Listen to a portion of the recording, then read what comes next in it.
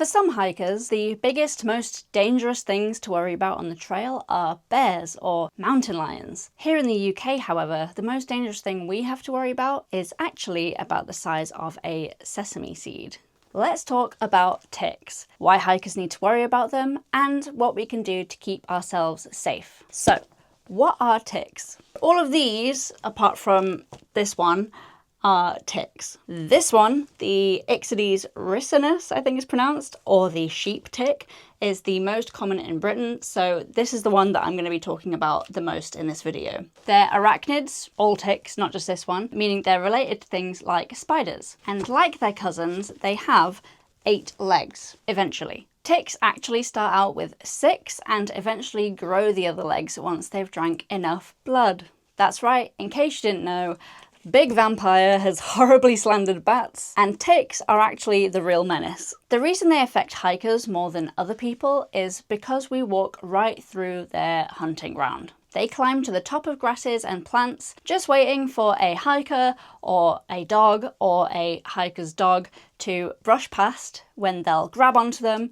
find a nice hidden spot, and then bite you. You often won't even feel it too, because their saliva often has anesthetic properties, so the tick could stay on you in stealth mode for days. In England, tick activity increases in spring, peaking around April to June, which is when you're most likely to get bitten. Do remember though that it is possible to get bitten at any time of the year, and it does actually pick up again after summer in the early autumn. What I find interesting and kind of horrifying is that they only ever feed 3 times in their 3 years of life, and they have to grow those 2 extra legs after the first feed. God, I'm so itchy talking about this. That being said, that tiny amount of time, about 1 month in total across all feeds, is all it needs to transmit the bacteria it carries to you. Which leads us on to why it's actually a problem for us hikers and outdoorsy people. Lyme disease is a bacterial infection transmitted to us through tick bites, which can cause rashes, swollen glands, headaches, and even more serious issues like facial palsy, heart problems, arthritis, and even inflammation of the brain. Don't worry though, treatment of Lyme disease is pretty simple, usually just a course of antibiotics, but sometimes people will continue to have symptoms even after treatment. I don't want to really worry you or stress you out. Most cases of Lyme disease can be treated within 10 to 14 days of antibiotics, but some patients do go on to develop persistent symptoms. There are also an estimated 200,000 yearly cases of diagnosis and treatment of Lyme disease in Western Europe and 476,000 in the United States. And to unfortunately add to the doom and gloom of this topic, this isn't the only infection you can get from a tick either. Tick-borne encephalitis is a viral infection that can cause similar symptoms like headaches, tiredness, and a high temperature, but if the infection spreads to the brain, more serious symptoms can develop, including seizures, changes in behaviour, and even death in some cases. Unlike Lyme disease, TBE is a viral infection, meaning you cannot treat it with antibiotics. There is no cure for TBE. The only treatment is to support you through the symptoms. I really don't want to fearmonger on here because the National Health Service says that the risk of getting tick-borne encephalitis is still very low. However, according to a study by Lehrer and Holbrook for the Journal of Bioterrorism and Biodefense, a bit heavy but let's go with it, the incidence of TBE in Europe has increased significantly over the past 40 years, despite active vaccination programs in many European countries. The spread of TBE cases has been attributed to a number of factors, including incomplete vaccine coverage, increased abundance of ticks, an increased range of the Ixodes ricinus that I talked about earlier, changes in the human lifestyle, socioeconomic conditions, and climate change. That last one is essentially because ticks need warmer weather to kickstart their metabolisms. The earlier our springs start, the longer we have warmer, more humid conditions, the more time ticks can spend munching on hikers. Now I know, That was a lot, but don't worry, I'm going to talk about the ways we can be tick aware, go into a bit more detail about the symptoms to look out for, and what to do if you get bitten. Please be aware though that I am not a doctor, nor do I have any medical training. All of the information I'm giving you has been sourced from places like the NHS, the UK Health Security Agency, and scientific literature. And all of it will be referenced in the description and top comment below for you to check for yourself. So, how do we prevent tick bites? I will note that the most common places to find ticks are in woodland, moorland, grassy areas, gardens and parks.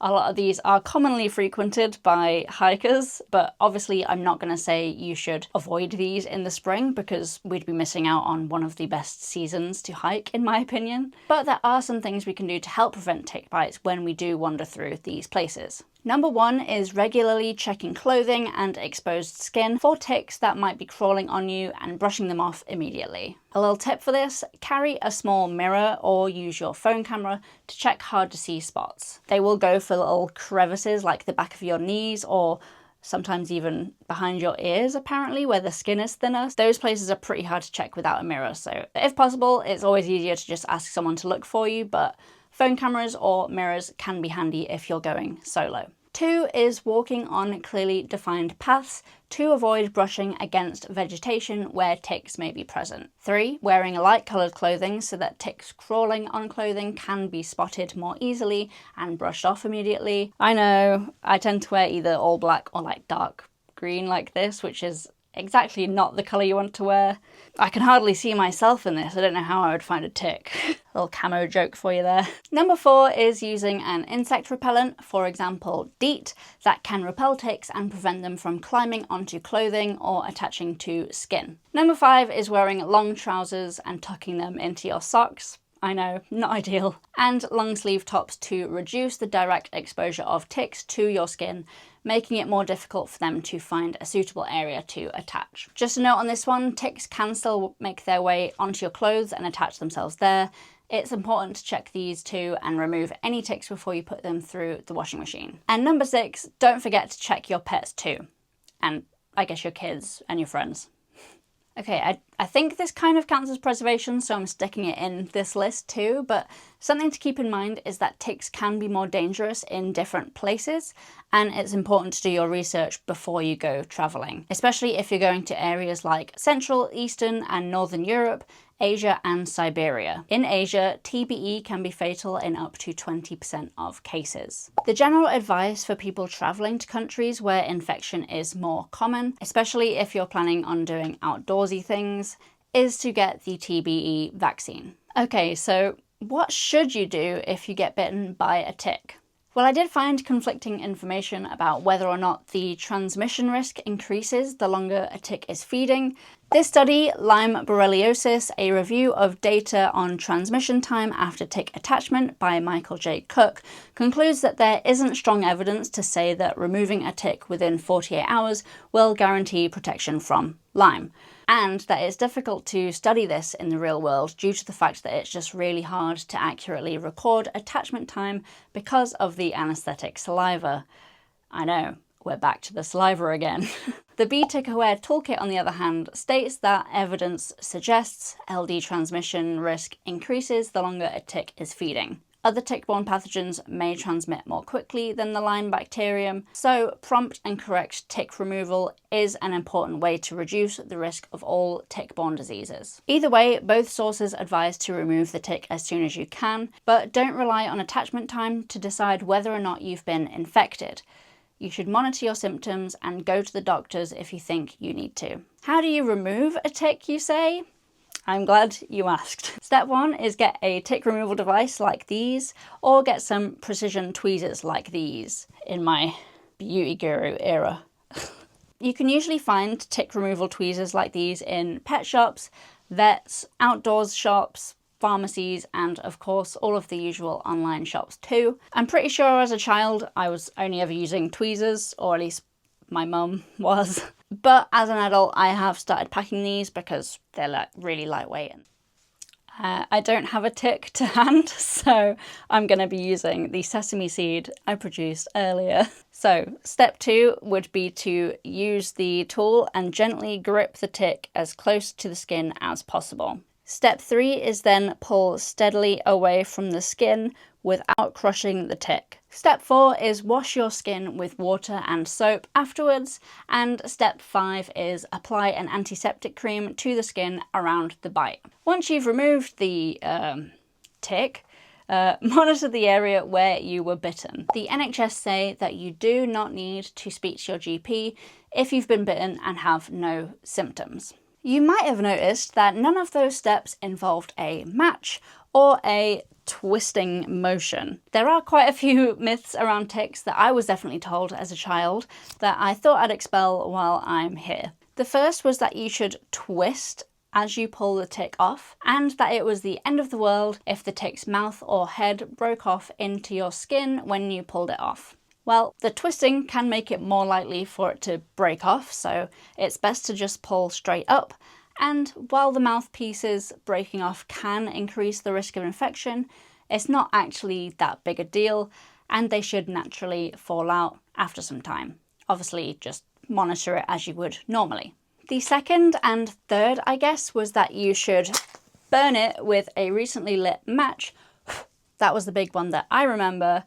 And or cover it with alcohol. NHS Inform says do not use cigarette ends, match heads, alcohol or petroleum jelly on a tick. All of these things are just things that could irritate the tick and cause it to spew its insides back into you, increasing the risk of infection. I'm sorry, it's so gross. Okay, now that those are cleared up, what about your symptoms? You might remember me saying something about anaesthetic saliva earlier. I know, I would like to forget it too. But it's the reason I think it's extra important to look out for symptoms. Because you might not be able to feel it, you have to actually remember to check for ticks, or evidence that a tick was once there. Common things to look out for are swelling, itchiness, blistering and bruising. NHS Inform says that you should speak to your GP if you've been in an area where you could have been bitten by a tick and you have a pink or red rash, a temperature of 38 degrees Celsius or above, which I think is like 100 degrees Fahrenheit, other flu-like symptoms like a headache or joint pain, or swollen lymph nodes. NHS Inform actually has a really handy interactive guide that you can use to check your symptoms and find out what to do next, which I'll link in the description. I think it's important to note that symptoms can differ between cases and between people, particularly between people with light skin and people with dark skin. There's a great article on BBC Future by science writer Sue Nelson, who talked about the struggle with the diagnosis and treatment of Lyme disease from the 90s to today. One case described was the Welsh musician Wren, who struggled for years after being diagnosed with bipolar disorder and chronic fatigue syndrome before finally being accurately diagnosed with Lyme in 2015. Another case is mentioned later on in the article, describing how Richard Wilson, a documentary filmmaker and former BBC environment correspondent, was told he couldn't have Lyme disease because the rash wasn't in the shape of a bullseye, the usual deciding characteristic. Jack Lambert, a consultant in infectious diseases and founder of the Lyme Resource Centre, confirmed that the bullseye rash is not always a bullseye. It can be elliptical, it could be a solid rash, it can be a blistering rash, it can be a bruise. Also, on dark skin, it doesn't look like a bullseye at all. Even when you have a classic bullseye rash, the GP often diagnoses it as ringworm. I thought these points from the article were important to tell you because I've experienced a misdiagnosis and know how hard it is to get healthcare providers to actually, provide healthcare. It's really common for doctors to lament the use of Dr. Google, but I think being armed with knowledge about how symptoms can differ is really helpful when you are seeking care. This isn't really that relevant to the tick conversation, but I did find some additional reading about misdiagnosis that I found interesting that I will stick in the description below if you're interested. In conclusion, we should respect the outdoors and understand that it can be dangerous. But don't let that stop you from going out and enjoying it. In my opinion, getting outside is still 100% worth it, ticks and all. I've tried my best to cite this video with all of the relevant sources in the description and the pinned comment below. This is the most science-based video I've ever created though, and it's the first time I've had to use references like this since I graduated from uni 5 years ago. So if I've missed anything or made any mistakes, please drop me a comment and let me know, and I'll update them where I can. Have you ever had a tick bite? Did you grow up with the same match head myth as me? Feel free to share in the comments below, and please let me know if you found this video interesting or helpful. I really hope so, because I felt incredibly itchy the entire time I was researching, scripting and filming, and I imagine I'm gonna still feel itchy as I edit it later on. So please share this video with someone who you think might benefit from it. Maybe a beginner hiker friend. And if you'd like to see more of me yapping about outdoorsy topics, I recommend watching one all about how a certain video game got me into hiking, linked down below in the description. Thanks for watching.